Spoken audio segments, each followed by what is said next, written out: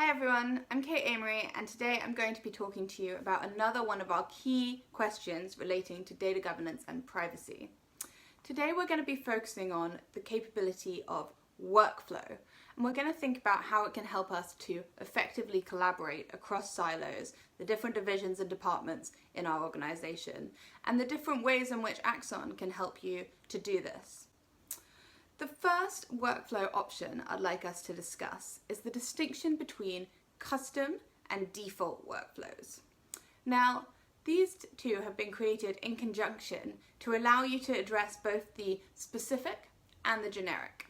So if you think of a custom workflow in the first place, that is going to be something that's very specific. It's something you will design for just one data object. So one really specific glossary term or policy that needs to go through loads of different types of approvals whenever it's updated, for instance, might need a custom workflow so that whenever any changes are made to it, all of those approval steps are actually met. A generic workflow is something you apply much more broadly. A default workflow is generic.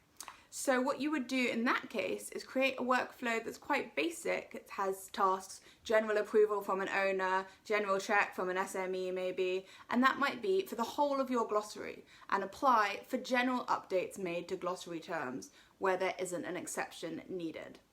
So that's going to be the two different types of workflows from a specificity perspective. And it's important to think that actually the generic use cases are going to be 95% of the time, the custom ones only making up maybe 5% of special cases. The next thing we want to think about in relation to workflow is whether we want it to be something that we enforce as a mandatory requirement every time a change is made. There are a couple of different ways to trigger workflows in Axon. You can, for instance, have workflows be triggered by change requests. So that would be more of an optional workflow. That's when somebody who doesn't have edit permissions generally comes in and says, oh, I'd like something to be changed on this object. This system description is out of date. This process doesn't happen this way anymore, for instance.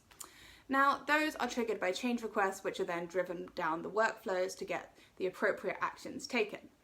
But there's also the option to turn on mandatory workflow. What this means is that anytime anybody makes a change, even when they have the appropriate permissions to do so, so it would have to be an editor user who has edit rights on that particular object, when they make their updates, it's saying it still needs to be checked by other people. It needs to go through a full approval process before those are made public.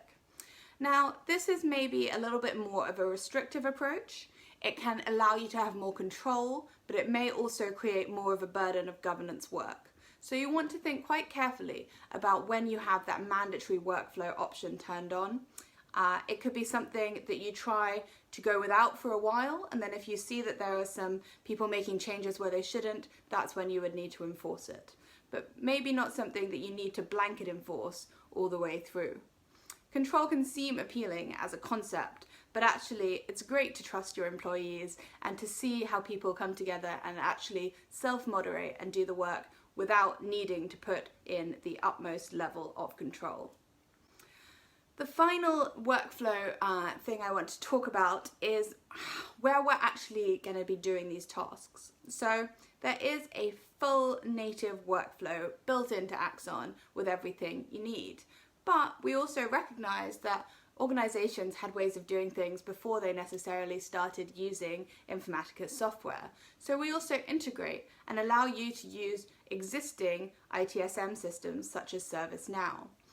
You will need to think about where existing practices are working, and therefore you just want Axon to tie into them, trigger those ServiceNow tickets, and get that going in the system where it's already operating fine, as opposed to where you want to keep something totally within Axon. It's only going to be a glossary update, it's only the stakeholders who are logging in, maybe I'm going to keep that native. There's a balance to be found there as well between complementing existing systems and processes that you have in place and actually driving a bit of cultural change, taking people into the data governance solution and making them operate there as well. So there's two options in that case. Thank you very much for listening.